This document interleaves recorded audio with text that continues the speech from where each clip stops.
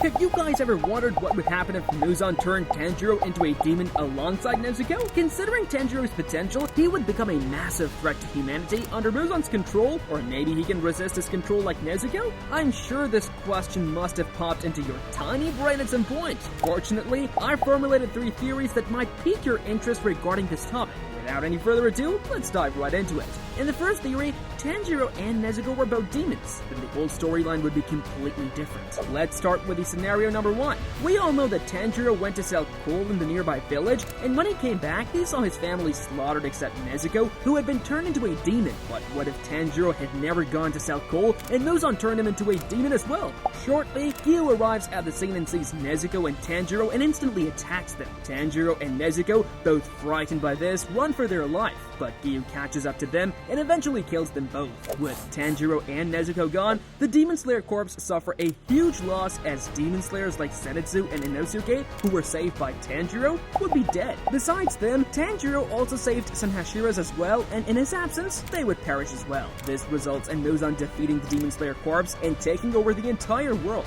And the story would end with that, or we might have gotten some other answer. Now let's talk about scenario number 2, which will be a bit longer than this one.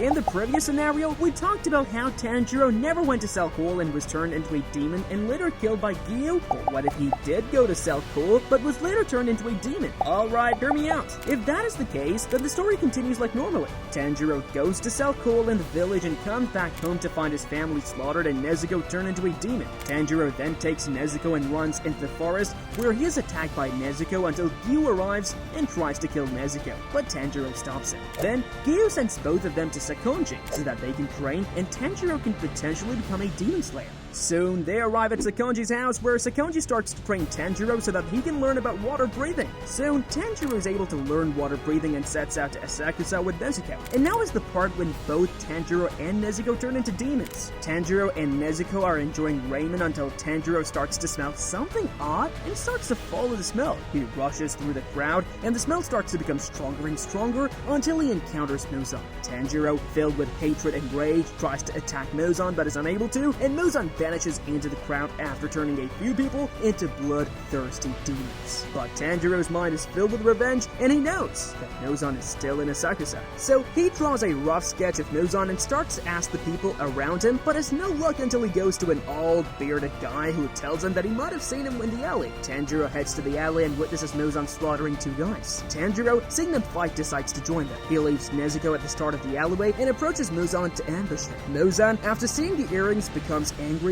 as it reminds him of Yorich. Muzan ignores the others and heads straight for Tanjiro. After seeing Tanjiro's earrings, Muzan is filled with anger but is able to control himself. Muzan then decides to turn Tanjiro into a demon. Tanjiro has no other choice but to follow Muzan's orders. Muzan orders Tanjiro to kill all the humans in the vicinity. Tanjiro hesitantly slaughtered all the humans in the market. Seeing his potential, Muzan gives Tanjiro some of his own blood, and with this, Tanjiro becomes one of the lower males. Time passes and Demon Tanjiro and Nezuko are feared among the Demon Slayer Corps as a deadly dead. No other option left, Hashira decides to confront them. In that battle, the Hashira manages to kill Nezuko, and seeing his sister die, Tanjiro discovers his potential with the Hinokami Kagura and obliterates the Hashira. He is also able to walk under the sun but does not reveal this information. Tanjiro is now recognized as the Upper Moon 2 just below Kakushiba. Years later, Tanjiro's unique blood allows him to overcome Muzan's control, and he realizes what he has done all these years. He then plots to murder Muzan. After inviting him over to share some important information, he sneaks up on him and attacks him. Muzan gets shocked by this as he thought Tanjiro was under his control. Tanjiro keeps battling Muzan till the sunrise, and seeing the sun, Muzan attempts to flee, but Tanjiro grabs him and somehow manages to keep him in open space. With this, Tanjiro has managed to kill the Demon King Muzan. However, he has no way to turn himself back into a human and decides to spend the rest of his life in some mountains all alone. But this last scenario will be way longer than the rest. It was a cold day, so Tanjiro's mother told him not to go to the village to sell coal as there was heavy snow in the forest. So Tanjiro stays home for that day. While sitting with his siblings, they hear a knock at the door. One of Tanjiro's siblings goes to open the door, and as soon as he opens the door, his body gets cut in half, which shocks everyone, and they start screaming. Nozan enters their house and begins slaughtering everyone. He turns Nezuko into a demon, and as he approaches Tanjiro to kill him, he notices his earring. This makes him insanely furious, and he decides to take revenge.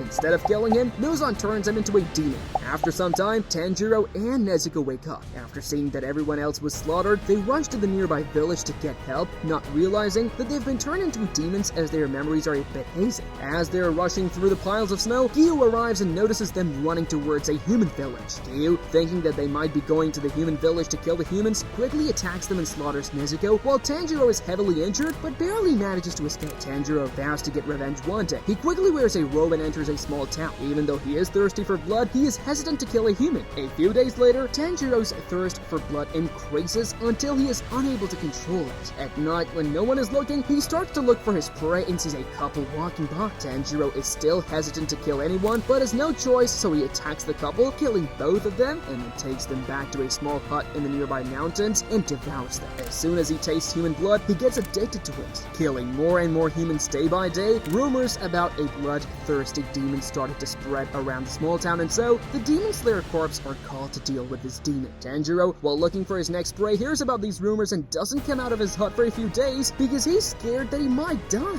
After a few days, Tanjiro finally comes out of his hut to find prey, thinking that the Demon Slayers might be gone, but he was wrong. As he is searching for his new prey, a Demon Slayer notices him and quickly calls for backup. They chase after him, but Tanjiro manages to barely escape the Demon Slayers. He attempts to get back to his hut only to witness that his hut is on fire. This hut was very precious to Tanjiro, as it contained the necklace that he received from his mother's and several other small things that he had gotten from his family. Tanjiro gets insanely furious after seeing this and realizes that the Demon Slayers must have done this. Filled with rage, Tanjiro heads back to the small town and slaughters every single human there is, and turns the small town into his domain. Tanjiro also turns a few humans into demons by giving his blood, kinda like how Rui did in the anime. A few days pass and one of the demons rushes to Tanjiro to inform him about a Demon Slayer. However, before he can say anything, the Demon Slayer obliterates him. Saying this, Tanjiro approaches the Demon Slayer thinking that this Demon Slayer is probably weak like the previous ones. He arrogantly attacks him, but the Demon Slayer cuts him into half. Tanjiro realizes that this Demon Slayer is different than the rest, and sure it is. It was a Hashira. Tanjiro makes a run for it, but is unable to escape the Hashira and finds himself heavily injured, laying in the ground till he sees the Hashira symbol on the Hashira's clothing and gets flashbacks of how Nezuko was slain. At that exact moment, Tanjiro remembers his father performing some dance and attempts to imitate it. He steals Hashira's sword and absolutely obliterates him. Soon, Muzan hears about this and sends in a lower moon to capture him, but Tanjiro is way too overpowered for them. Muzan, after hearing about his news, decides to give Tanjiro a visit. Tanjiro, after seeing Muzan, quickly attacks him to take revenge, but realizes that Muzan is in a whole different league. The battle begins, and Muzan is shocked to see Tanjiro's insane strength. He realizes that he's probably on par with Akaza and decides to play with it. The battle continues till sunrise and Muzan hides in a forest. Tanjiro, on the other hand, gets stuck, but much to Muzan's surprise, the sun rays are not affecting him. He realizes that Tanjiro is immune to the sun. He decides to leave him for the time being, and a few days later, Muzan attacks Tanjiro once again. Even though Tanjiro is strong, without Muzan's blood and proper training, he cannot beat Muzan. Muzan defeats him and takes over his body. With Muzan being able to walk in the sun, he ambushes the Demon Slayer Corps alongside Upper Moon demons and takes over the entire world. But what if Nezuko was not turned into a demon? Well, that's the subject of this other cool video. Click here to see it. Click it.